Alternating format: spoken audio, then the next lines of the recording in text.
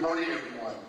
My name is Victor Borlo, and I'm the proud mayor of the city of Pasadena. It's an honor and a privilege to have all of you here with us at my alma mater, Pasadena City College, and in our beautiful city. I'd like to welcome everyone, each and every one of you, for being here today, particularly Governor Newsom and first partner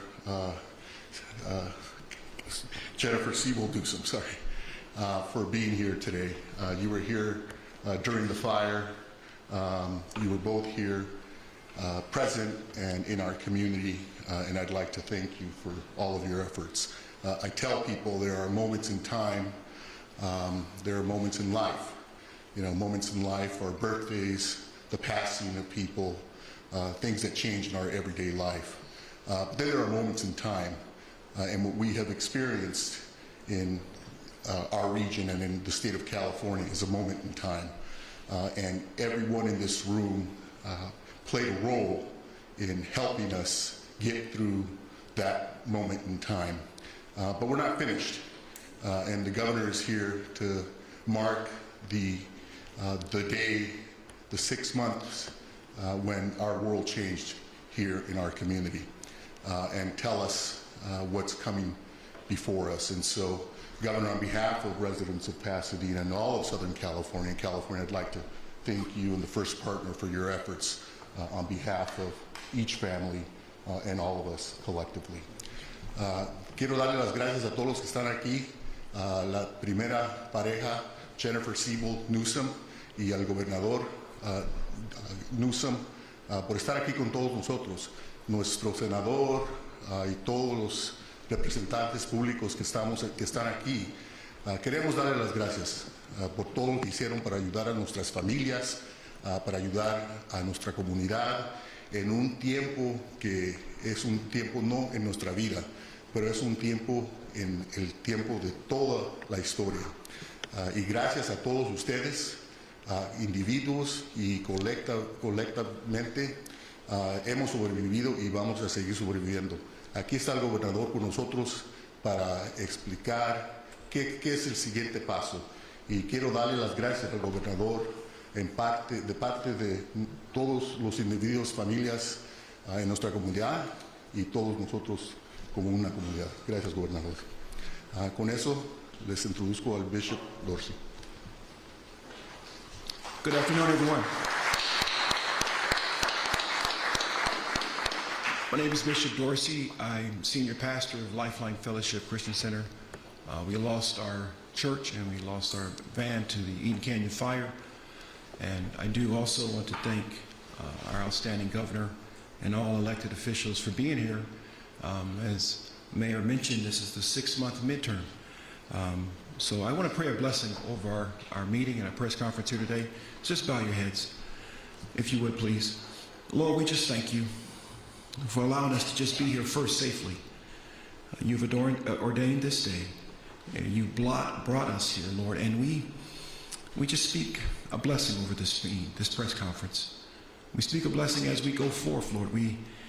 You've declared through your word that the steps of a good man are ordered by you, and the heart of leadership is in your hand.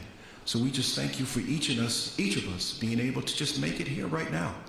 Lord, bless us as we go forth. Your proverb tells us to acknowledge you in all our ways, and you will direct our path. So we pray for love, empathy, compassion, and leadership. In Jesus' name we pray. Amen. With that, I do want to also thank our wonderful governor. Again, we met him in January this year, directly after the fire. He's come out consistently to meet with us, places people of faith, and we're appreciative. We just got our debris removed, and now we are pressing forward to continue to rebuild in the great city of Altadena. So at this time, let's give the Lord a hand praise for Governor Newsom. Thank you, Mayor. Thank you, Mayor. Bishop, thank you. Mr. Mayor, thank you so much to all of you assembled here today, a lot of dignitaries, a lot of leaders, particularly men and women in uniform that are here that have helped us advance the cause that we're highlighting here today, members of the Assembly and the Senate, members of my own team, but in particular, I just want to thank Senator Padilla for being here, Congressman Sherman, and of course, Congresswoman Chu. I want to thank Supervisor Barger, will speak, all of them in a brief moment. But I wanted just to briefly sort of mark this moment, this 6-month anniversary, with a very short presentation to sort of highlight foundationally where we've been. I think it goes without saying that disasters test us. And I think at this moment it's appropriate to remind ourselves that there are people that are not here. 30 lives that were lost because of this tragedy. And I should just highlight, we're Pasadena Community College. I'm grateful that we're here. Altadena in particular, a special community. Altadena, the average life lost was 77 years old. You had great-grandparents, not just grandparents. You had a father and a son that died. You had brothers and sisters, aunts, uncles that perished in this fire. 30 lives lost. It, I hope, puts in perspective the moment we're in. And I hope it also puts in perspective how blessed, Bishop, we are to be here, to be members, many of you, of this remarkable community, and to have the opportunity to be part of this recovery. Recovery, after all, is what defines us. It's not what happens to us, it's how we respond to what happens to us. And it's that response that I wanted to just briefly highlight here today. As was noted, Bishop, one of the beneficiaries of some debris removal, this has been the fastest fire recovery in terms of debris removal in modern history. I'll remind you that this process began to unfold the second phase of debris removal after the hazardous debris removal was removed within 30 days after the initiation of the fire. That second phase began on February 11th. I'd, by the way, be remiss if I didn't highlight, in particular, Bob Fenton, who's here from FEMA, who understandably deserves recognition. Thank you, Bob. No one better.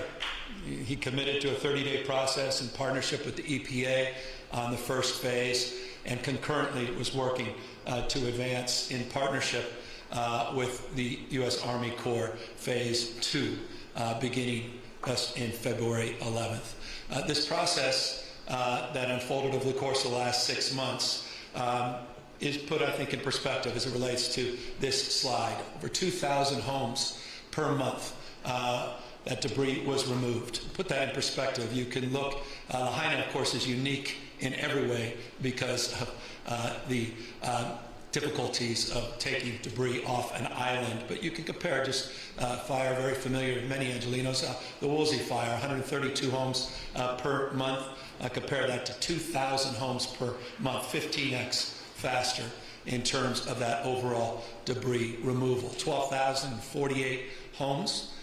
Not structures and not damaged, but completely destroyed, 12,000 homes. We had an opt-in process that people, I think, very familiar with, this ROE process, a right to entry. There were just less than 2,000 people that opted out, which I think is extraordinary. At the time, we anticipated a substantially higher number of people would do it themselves. But the overwhelming majority had confidence in the work that Bob and his team and the Office of Emergency Services in partnership with our Army Corps, and they opted in, 9,576.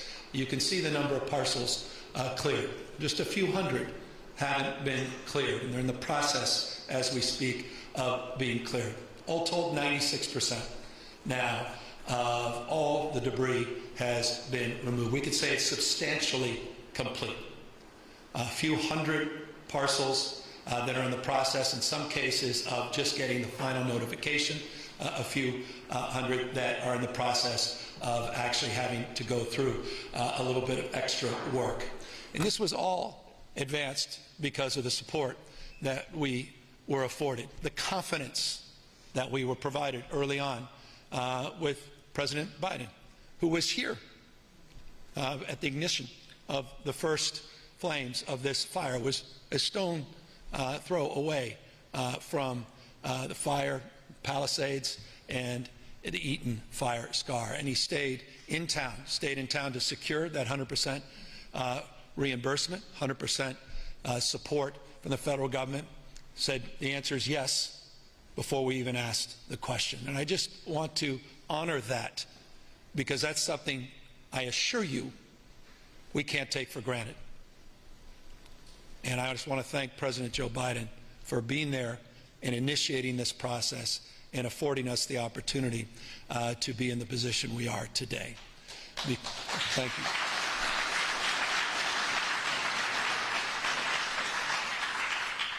The baton was passed to the Trump administration, and that commitment. As a consequence of that, we went through phase 1 and phase 2 with over $2 billion of federal resources invested. We secured an additional $3+ billion. For many of you in this room, those that couldn't be in this room today, $3 billion of SBA loans. Those are the businesses and nonprofits. Over $370 million in direct assistance that also has been provided. $3+ billion specifically has been committed in that process. $2.5 billion was committed. Members of the legislature that are here, to the Speaker and the Pro Tem, I want to thank you for your leadership and stewardship. I want to thank the members of the LA delegation in particular, many that are here today, members of the Assembly and the State Senate. I want to thank all of the work that was done on congressional delegation to support the efforts at the state level, and particularly $2.5 billion was secured as part of our special session to support relief here in the burn scars and community impacted. We advanced 23 executive orders, specifically around accelerating permitting, to work more collaboratively with state and local partners to advance to suspend regulation, protections. A small community meeting just a moment ago only reinforced the anxiety that renters are feeling that are still haven't been able to find permanent housing, or at least permanent extended housing, are still living month to month, in some cases week to week. And the importance of having secure tenant protections for those individuals is not lost on me, particularly after that update meeting a moment ago. We extended property tax deadlines. We did some mortgage forbearance. We did some other things that I'll highlight in a moment. We continue to do more in partnership with the cities and counties, but also in partnership with the private sector and JPL and NASA and the folks that we partnered to address some of the contamination issues and air and soil monitoring. The work that UCLA has done and Loyola Marymount has done. Purdue University, also part of a consortium of folks supported by LA County Health, addressing water, air, and soil monitoring. We got all 9 water systems reactivated. Head of our EPA is here. I thank her and her team for an outstanding job. We're very mindful, and we continue to be vigilant, not naive, about coastal issues and the beaches and the ongoing monitoring around contamination, making sure it's safe, not just for people, but for marine life and the like, continues. We advanced a lot of innovative strategies and created the first of its kind digital disaster recovery center. We've never advanced a digital recovery center in our state's history that came from an innovative mindset as it relates to our engagement. Not a substitute for in-person, but a complement. We created the first direct democracy engagement tool, Engage California, to hear from the community, a community-led effort, bottom up, not top down. It's not the state, the federal government talking about what comes next, informed at the local level by local community. We put a new website up, ca.gov/LA Fires, which is all around accountability, transparency, and data, trying to connect to all of the resources that are being made available by the cities and county, the federal government, and local nonprofits. But I wanted just to briefly, and I'll close and turn this over to the supervisor, I want to compliment the county. I want to compliment Supervisor Barger. I want to compliment the work that they just put forward earlier today around a new blueprint moving forward to rebuilding. As the U.S. Army Corps demobilizes, we are now entering the next phase. And again, an historic pace. And we have to maintain that same mindset, that same intentionality, the same deliberative focus. And we have to be, I think, mindful with humility and grace of the magnitude of what is being asked of us going forward. But one thing that is critical is that we go forward together.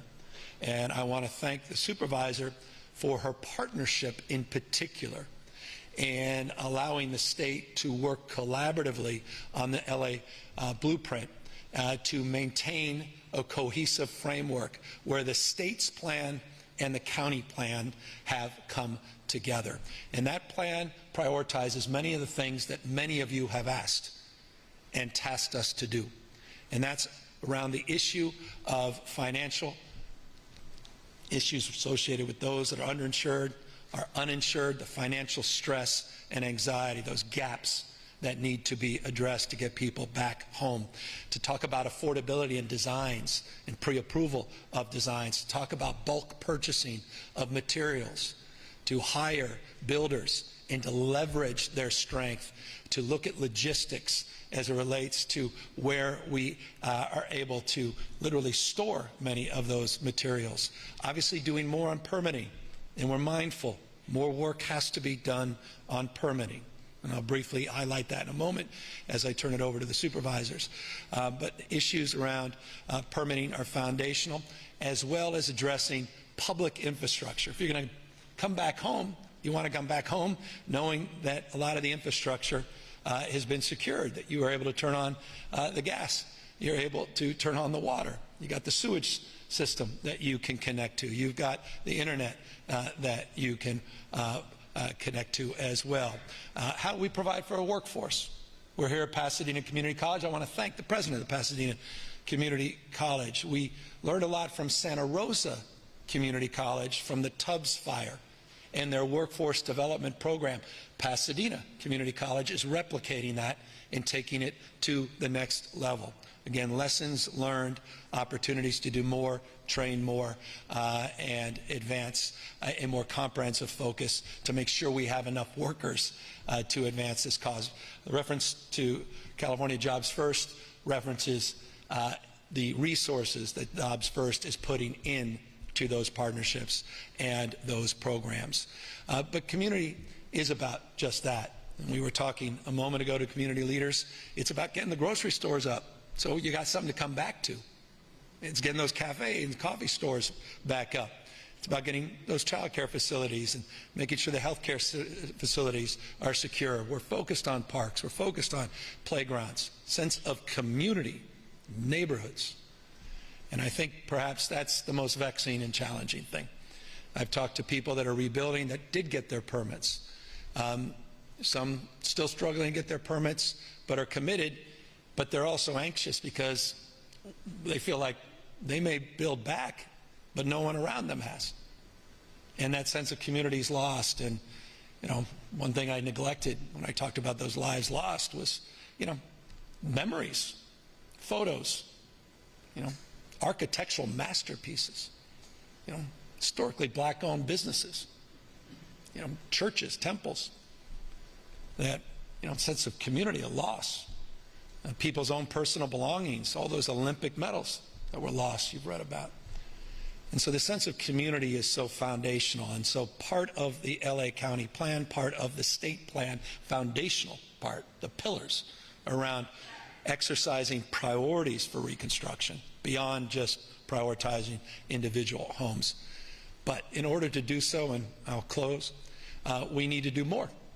And we need to be better in terms of accelerating these efforts. And so today I'll be signing another executive order addressing some of the issues that the city and county have requested of me to address as it relates for like-to-like reconstruction beyond the 110% footprint, to address some new codes that are non-life safety related that the city and county want to waive in order to reduce the cost of construction.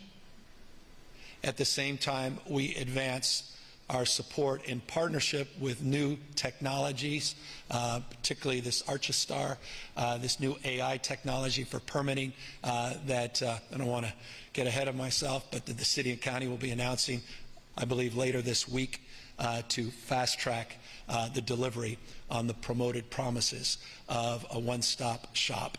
So new executive order that we'll be putting out, more in the queue as we continue to iterate and do more moving forward. So it's time now for me to move forward, and we have a number of speakers, but I just want to conclude by thanking all of those that I just met with. Thank you again for reminding me the work we have to do.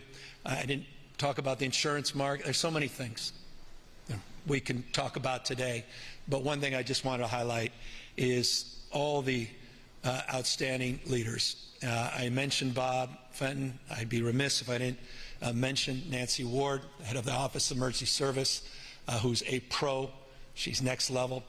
To the 2,500 plus, General, I think it was over 2,500 of your men and women, the National Guard, that were tasked for purpose, not for politics, that secured the communities. I want to thank them. I want to thank all of those that worked day in and day out, Reese Williams, other members of our team that were so foundational and important to this disaster recovery. But again, in the spirit that I began, let me end by introducing a great partner. It's about partnership. You want to go fast, you go alone. You want to go far, you go together. In that spirit, we have a champion of partnership who's just been extraordinary, without exception, throughout the last many months, and we count on her going forward. It is my honor to introduce Supervisor Barger. Thank you.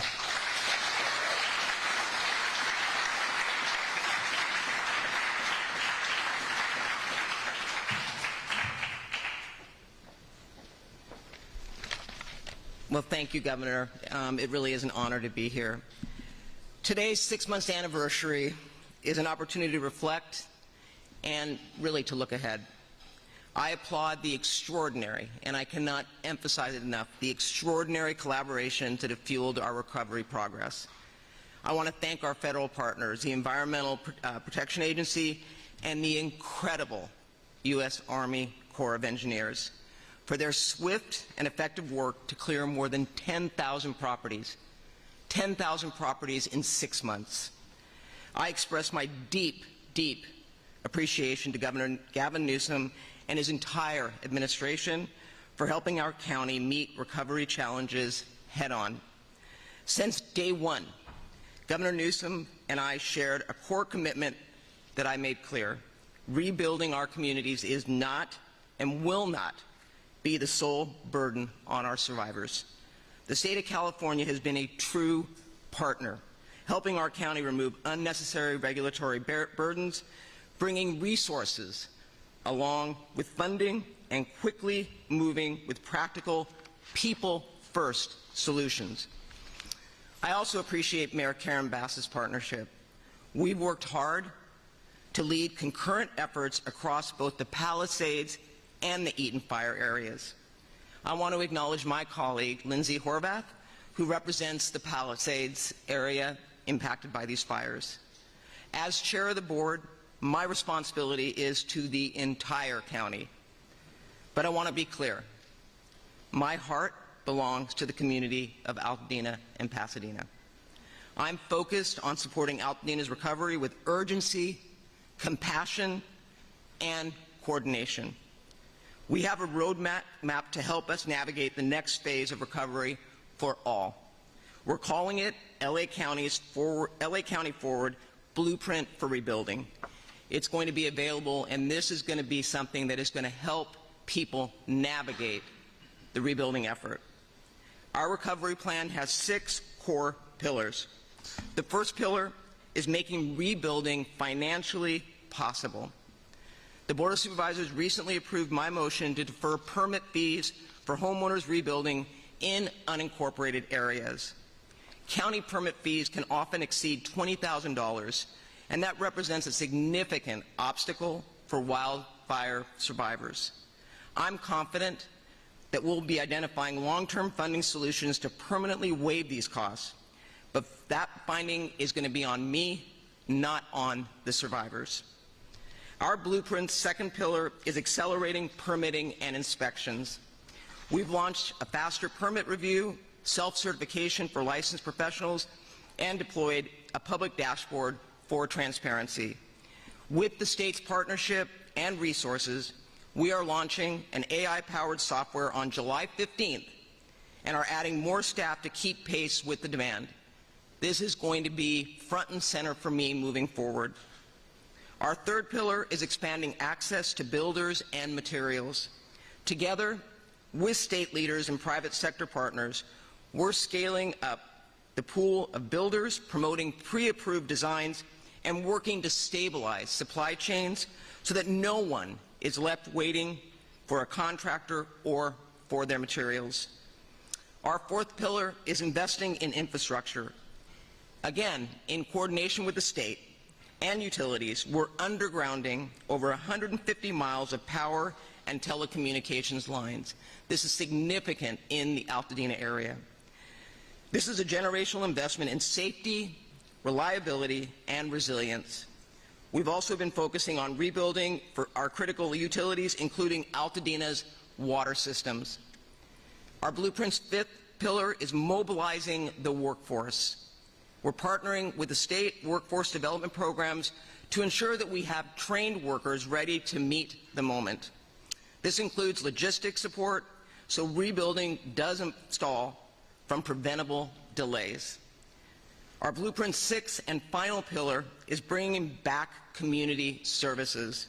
We're working to restore schools, parks, businesses, services for seniors, and childcare. Everything that makes a neighborhood whole.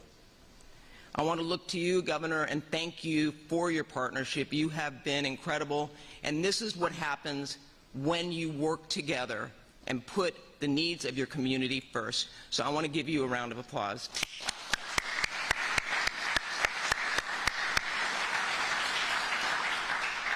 Your leadership and that of your entire administration has been essential to making this all happen. Los Angeles County is proud to stand with you. To the residents of Altadena and surrounding regions, know this: you are front and center in my thoughts every single day. I and the federal, state, and local partners that have gathered here today are committed to delivering the support that you deserve. We are not and will not waver from this promise. Now, I would like to introduce the Deputy Mayor for the City of Los Angeles, Rachel Freeman. Welcome.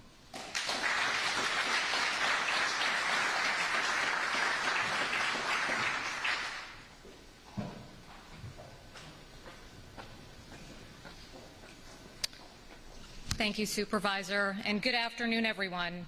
Due to an emerging event, unfortunately, Mayor Bass is not able to join us today, but I'll be providing some remarks on her behalf, and it's an honor and a privilege to be here with you all today. I first want to take a moment to acknowledge the devastation in Central Texas right now and the heartbreak that communities experienced after what should have been a celebratory July 4th weekend. Our hearts are with all of Central Texas right now. I think we all woke up this morning with the same thought, that it's truly hard to believe it's been 6 months since one of the worst natural disasters in state's history. And although 6 months have passed, we cannot thank our firefighters and first responders enough for their ongoing bravery and dedication. They are LA's true heroes. On behalf of Mayor Bass, I want to thank Governor Newsom, Supervisor Barger, for every step of the way they have been collaborative and collective in our approach on this recovery. And to Senator Padilla and Congresswoman Chu and Congressman Sherman for always fighting for us in Washington, and to Senate Pro Tem Mike McGuire for always fighting for us in Sacramento. Our recovery effort has been truly an all-hands-on-deck approach at every level of government. And we're here today because 6 months ago, our city was hit by a massive firestorm that brought hurricane-force winds on the heels of months of drought, devastating the Palisades and sweeping through Malibu and Altadena with catastrophic results. And in those early days in January, many wondered how we could possibly come back. But we stand here today after 6 months of resilience, 6 months of neighbors supporting neighbors, 6 months of government, philanthropy, the private sector, community organizations, neighborhood councils, chambers of commerce, and the countless members of the community that have come together to care and nurture one another. They've come together to innovate and push the envelope to deliver what is on track to be the fastest disaster recovery in our state's history, the fastest hazardous materials cleanup in EPA history, and the restoration of utilities in record time. Debris removal that is months ahead of schedule, speeding up the timeline to get families back home. We have forged new partnerships to rebuild key community spaces like the Palisades Rec Center and Palisades Playground, which will reopen later this month. And with more than 640 plan check applications submitted, construction is well underway in the Palisades, and LA is moving beyond the initial emergency response firmly into the rebuilding phase. Make no mistake, the magnitude of the loss here is really earth-shattering. And losing a home is not just about losing property or a physical space. It's about security, it's about belonging, and it's about the memories and keepsakes that families will not get back. It's the place where we as a collective foster community and connection. Our hearts continue to break for every family who lost their home and for those who lost their lives. Through this process, our office has met some of the strongest families and small business owners that we have known over the course of the last few months. And we owe it to them and the rest of Angelenos to continue working around the clock to do everything in our power to rebuild as quickly and safely as possible. It's our sacred duty. Together, we've set the pace, and as you've heard today, we will continue collaborating at all levels of government until our communities are rebuilt stronger and better than they were before. The City of Los Angeles is ready for this moment, and we are LA Strong. Thank you, everyone, and I'd like to take a moment to welcome Senator Padilla up here to the stage. Thank you.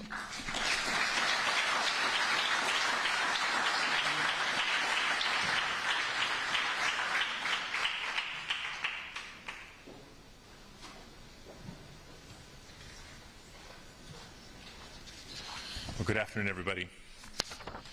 I agree. It's hard to believe it's been 6 months. Los Angeles has been through a lot. Our country's been through a lot. Our communities are going through a lot. But if the teamwork of this year to date is any indicator, I know we'll continue to get through. We're going to get through, and we'll be stronger and more resilient than ever in so many ways.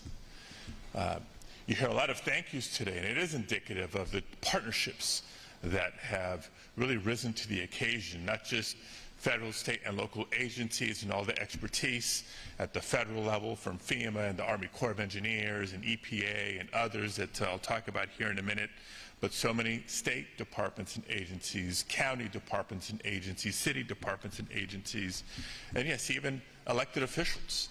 I think a lot of times constituents can be a little cynical and when they witness a lot of finger pointing on TV and nowadays through social media, but that's not what you have right now. You have embracing and people truly working together. And so in that spirit, I too want to thank the leadership, the tirelessness of Governor Gavin Newsom.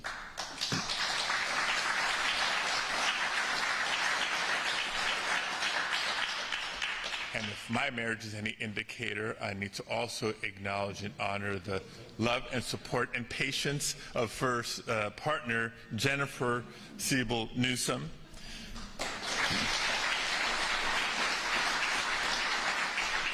Our county supervisors, our mayors, not just Mayor Bass, Mayor Gordo, so many others, like I said, the true professionals in government, proud public servants at all levels. I know many, especially at the federal level, who feel a little bit under the gun in the political climate that we're in, but are nonetheless stepping up to do the job with the professionalism that the American people deserve. Thank you, all of you. And I too want to take a moment to acknowledge what's going on in Texas right now. I think our hearts go out as Californians to the people in Texas who have suffered so much this last weekend.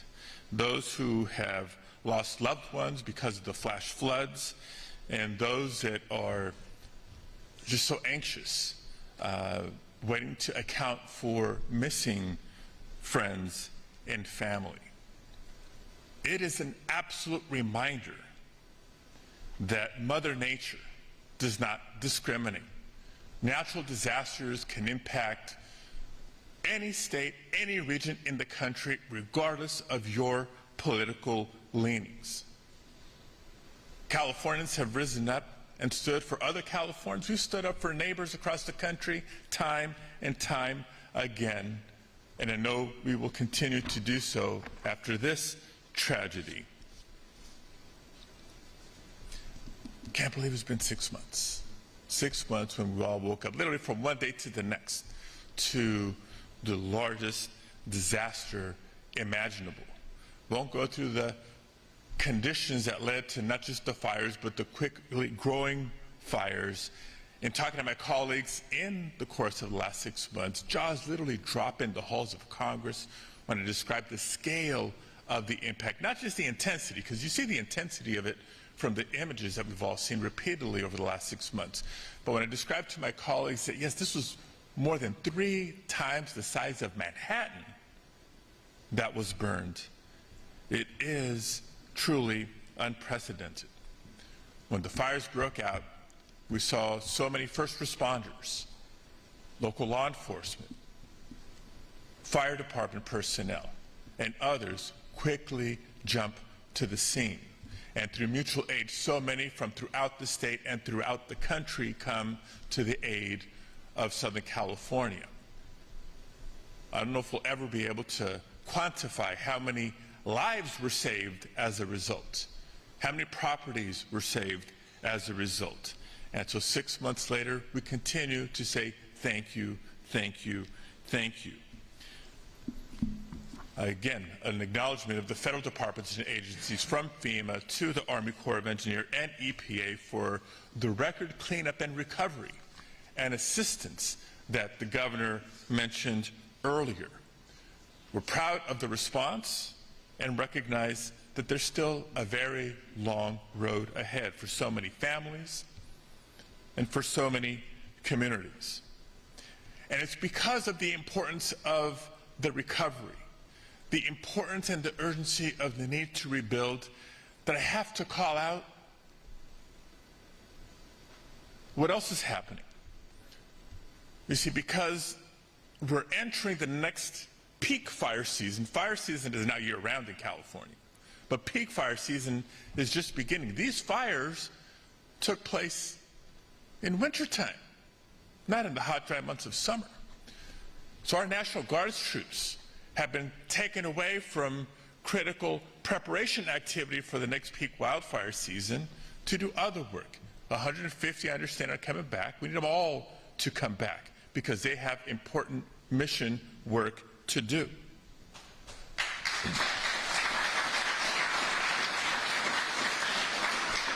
This is the time to be investing more in FEMA and empowering FEMA, not attacking FEMA or threatening to eliminate FEMA.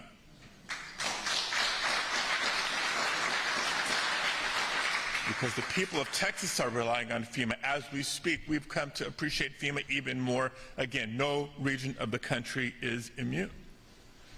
And this is also the time, as California has done for so long, to respect and honor the contributions of so many immigrants in our communities, because many of them work in construction. They're the construction workers that we need to continue the rebuilding process for our communities. This is absolutely not the time to threaten or terrorize construction workers and their families in our community. I say this because I'm proud to represent California. California will always answer the call to help our neighbors. And we'll figure out a way through the budget reconciliation impacts, not just in the healthcare space, but in so many other areas of the federal budget that are so critical for our communities in times of disasters and in recovery from disasters. And I'll continue to fight for the communities of Pasadena, Altadena, the Palisades, and others that have been impacted this year. Now, before I turn it over to our next speaker, just a few remarks in Spanish for the Spanish language press that is here. Estamos aquí reconociendo los 6 meses que han pasado desde de los incendios enormes de este enero pasado. Hemos pasado por bien mucho como comunidad, como la región de Los Ángeles y como el país, los Estados Unidos de América. Pero el progreso en reconstruyendo, preparando nuestras comunidades para reconstruir ha sido posible por la colaboración de tantos niveles del gobierno, tantos oficiales y tantos departamentos y agencias que saben que el compromiso número 1 es a los residentes de nuestras comunidades. Tenemos un largo camino todavía enfrente de nosotros, pero siguiendo unidos vamos a tomar esos pasos y a reconstruir no solo nuestros hogares, no solo nuestros vecindarios, pero nuestras vidas. Reconocemos el sufrimiento que está ocurriendo ahorita en el estado de Texas y los apoyaremos como sea posible. Pero reconocemos ese desastre, los desastres de enero aquí en California y otros en otras regiones del país, para recordarnos la importancia de invertir más en los departamentos y agencias que vienen a ayudarnos en momentos de desastre, no tratar de recortar los fondos como esta administración ha proponido y lo está haciendo. Es tiempo de invertir más y apoderar los profesionales del gobierno federal y estatal y local, porque bien entienden los residentes de Texas en este momento y otras regiones del país en sus momentos de crisis. Yo seguiré comprometido a asegurar los recursos necesarios vienen a nuestra comunidad para seguir no solo reconstruyendo, pero recuperando como comunidad. And with that, I want to introduce another fearless and tireless champion for this region, one of our main partners and leaders in the House of Representatives, someone who's celebrating a birthday as well, I understand. Congressmember Judy Chu.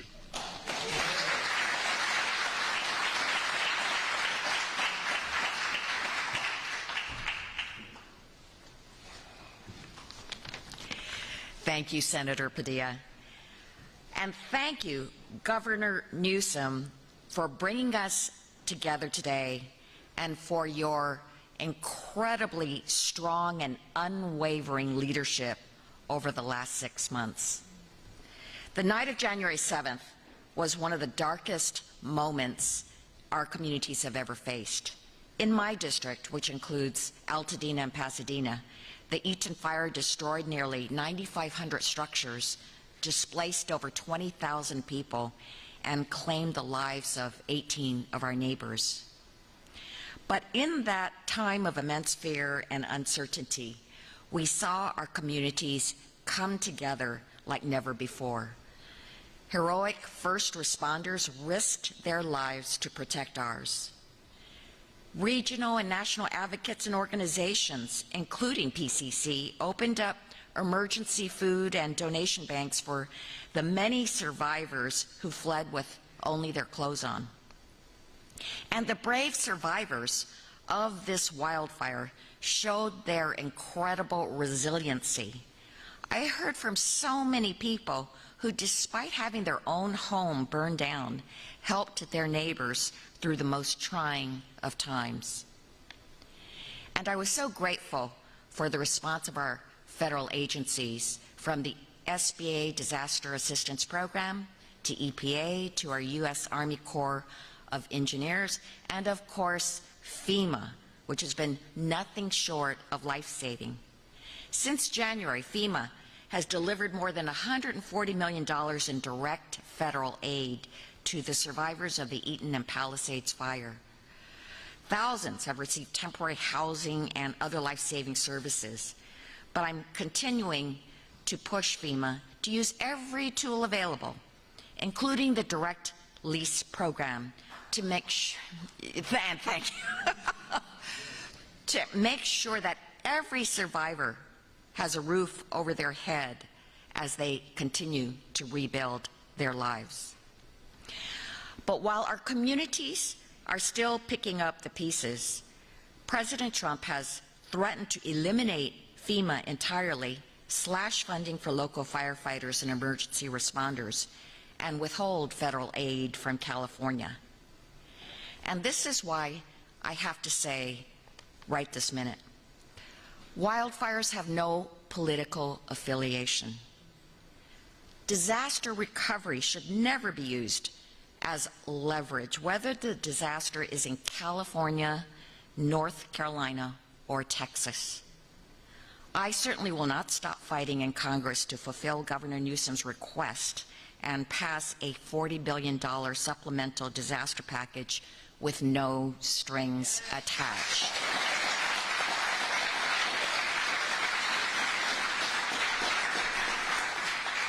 This funding is so critical to rebuilding homes, reopening businesses, and restoring our communities. This is the United States of America. We help our citizens when disaster strikes, no matter where they live or who they voted for. So to both the Palisades and Eaton fire survivors, I say, we are still here, we are still fighting, and we will not stop until you have everything that you need to recover and rebuild.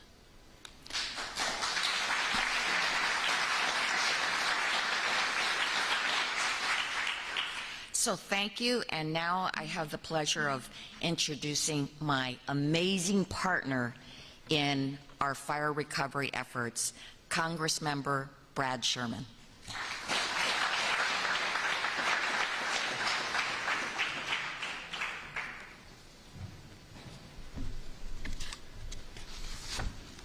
Hello, I'm Brad Sherman from America's best named city, Sherman Oaks, and I represent the San Fernando Valley and the Pacific Palisades. I first want to acknowledge two disasters that are on our minds right now. The first are the terrible floods that afflicted Texas, and the second is the man-made disaster occurring right now in MacArthur Park. Governor, thank you so much for all you've done, starting by pre-positioning firefighting resources in Southern California before the first spark.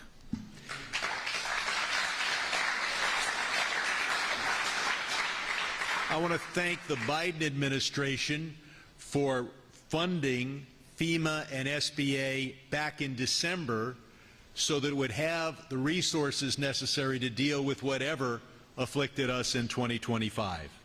And as a result of that, and Biden declaring this a federal disaster area, the federal government has been able to do a fair amount. 11,000 loans totaling $3 billion at roughly 3% interest. 35,000 households receiving assistance grants totaling $150 million. $2.5 billion for debris removal, so that at least is a cost that homeowners do not have to face. And $7 billion to reimburse state and local government for firefighting and to rebuild public infrastructure. But frankly, that isn't enough to deal with the uninsured, particular businesses, but particularly homeowners. And that is why we have got to do far more. Now, President Trump came to the Palisades just hours, days after the fires, and I thought he would come out to applaud and thank FEMA, the workers who were doing 12, 15-hour shifts. Instead, he proposed abolishing FEMA, a bad idea. And then he put forward the idea that we would hold hostage the victims of the LA fires until California changed unrelated laws. Never has that happened in history, and never would Alex or Judy and I think of voting against hurricane aid because we didn't like the Louisiana abortion laws, though of course we would very much hope that those laws would change. So the basic package, which is provided for in law, is always supplemented when you have a major disaster. And AccuWeather values this disaster in terms of its economic cost at $250 billion, making it one of the largest disasters, perhaps the largest disaster in American history, certainly the largest fire disaster in American history. Yet individual homeowners are eligible to get grants of $87,000. That's good, but if you're uninsured or underinsured, it's certainly not enough to rebuild.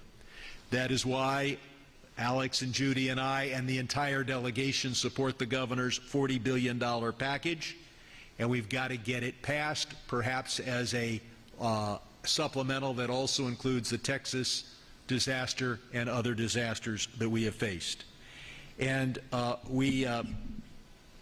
I couldn't have, well, I do want to point out that we can assure the country that we're going to build back better. The new building in the Palisades will be subject to the 2008 State Fire Code. That code was so successful in the Paradise Fire that the structures there, majority of them survived if they met that code. But of course the code didn't apply to buildings built before that date. So we are going to rebuild. We are going to have great communities in Altadena and the Pacific Palisades, and we're going to build back better. And we're going to get the federal aid that California is entitled to, given the size of this disaster. And I couldn't have better allies and partners in fighting for that aid than Senator Padilla and Congresswoman Judy Chu. And the governor couldn't have a better partner than first partner Jennifer Seibel Newsom. Please come on.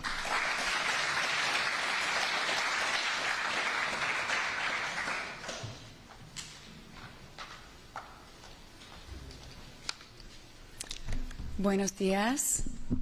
Cuando visité a Los Ángeles durante los incendios, conocí a muchas personas que, a pesar de enfrentar tanto sufrimiento y pérdida, ayudaron a sus vecinos, como le dijo Judy, entregando comida, donando ropa, rescatando mascotas y abriendo sus casas a quienes habían perdido sus casas. Servidores públicos de todo tipo, líderes religiosos, educadores y comunidades enteras, incluyendo nuestras comunidades inmigrantes, se unieron para que nuestros hijos regresaran a las escuelas, nuestras bibliotecas abrieron y nuestros parques, negocios y carreteras volvieron a funcionar. El trabajo continúa. Y en eso ustedes continúan mostrando a cada uno de ustedes y al mundo entero lo mejor de esa comunidad. California recibe muchas críticas, pero su éxito es muy claro. El sueño californiano y esta ciudad, su latida, sigue siendo la mayor historia de éxito del mundo.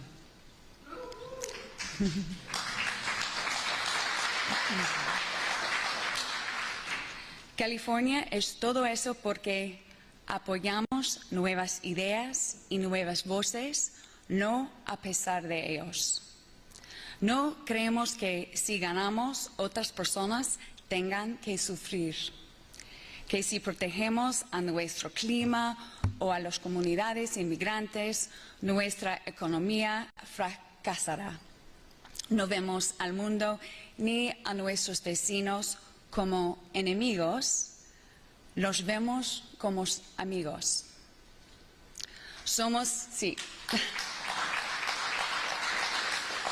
Somos el centro de inclusión, innovación y libertad en todo el mundo y una fuerza cultural y económica, porque nos apoyamos en nuestra creatividad y nuestras diferencias y siempre, siempre miramos hacia el futuro.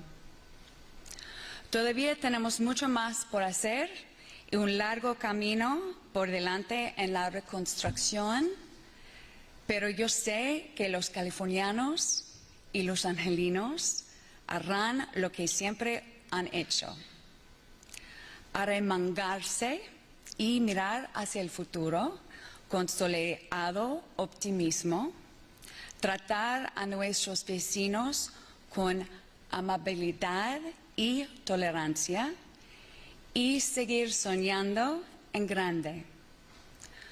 Porque cuando nos unimos y seguimos viendo hacia el futuro, nada nos puede detener. Este es el amor de California y juntos somos la fuerza de California. So, buenos días, and I just wanted to share again briefly that visiting LA during the fires, I met with so many who, despite facing so much suffering and loss themselves, were out helping their neighbors, delivering food, donating clothes, rescuing pets, opening their homes to those who had lost theirs. Public servants of all kinds, faith-based leaders, educators, entire communities, including our immigrant community, came together to get our kids back to school, open our libraries, get our parks and businesses and roads back up and running.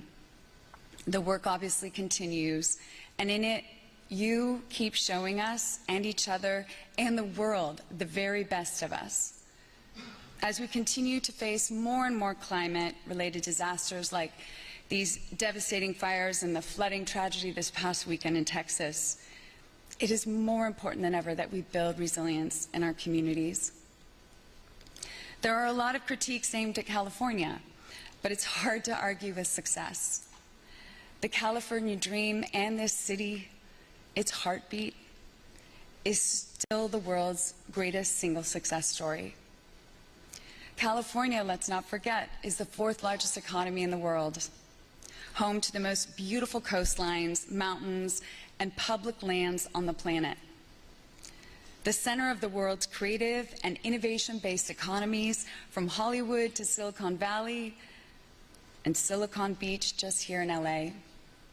The state with the most educated, diverse workforce due to our top public universities, the #1 manufacturing state in the United States, the 5th largest producer of agriculture in the world, the largest in the country, the birthplace of the environmental movement, having led the charge for clean air and water, healthier foods, and organic farming. California is all these things because we embrace new ideas and new voices, not in spite of them. We're the opposite of zero-sum thinking that seems to have taken over some leaders in Washington, D.C. We don't think that if we gain, someone else must lose, that if we protect our climate or immigrant communities, our economy will fail. No, we don't look at the world or our neighbors as our enemies. We look to them as our friends.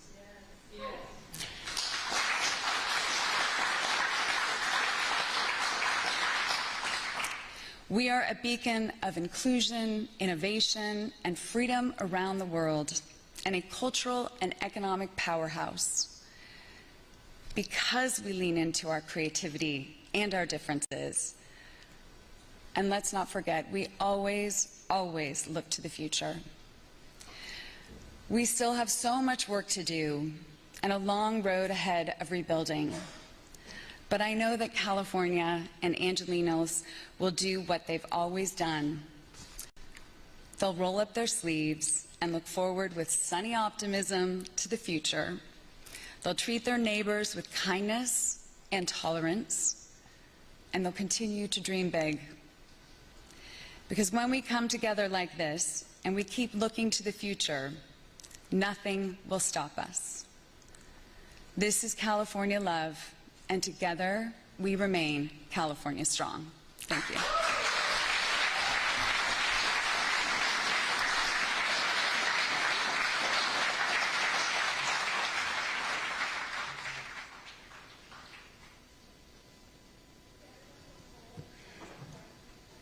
For our guests here in the room, if you could stay near your seats while our friends in the media exit to my right, out this door once they came in. Let's let the cameras get out of the room first.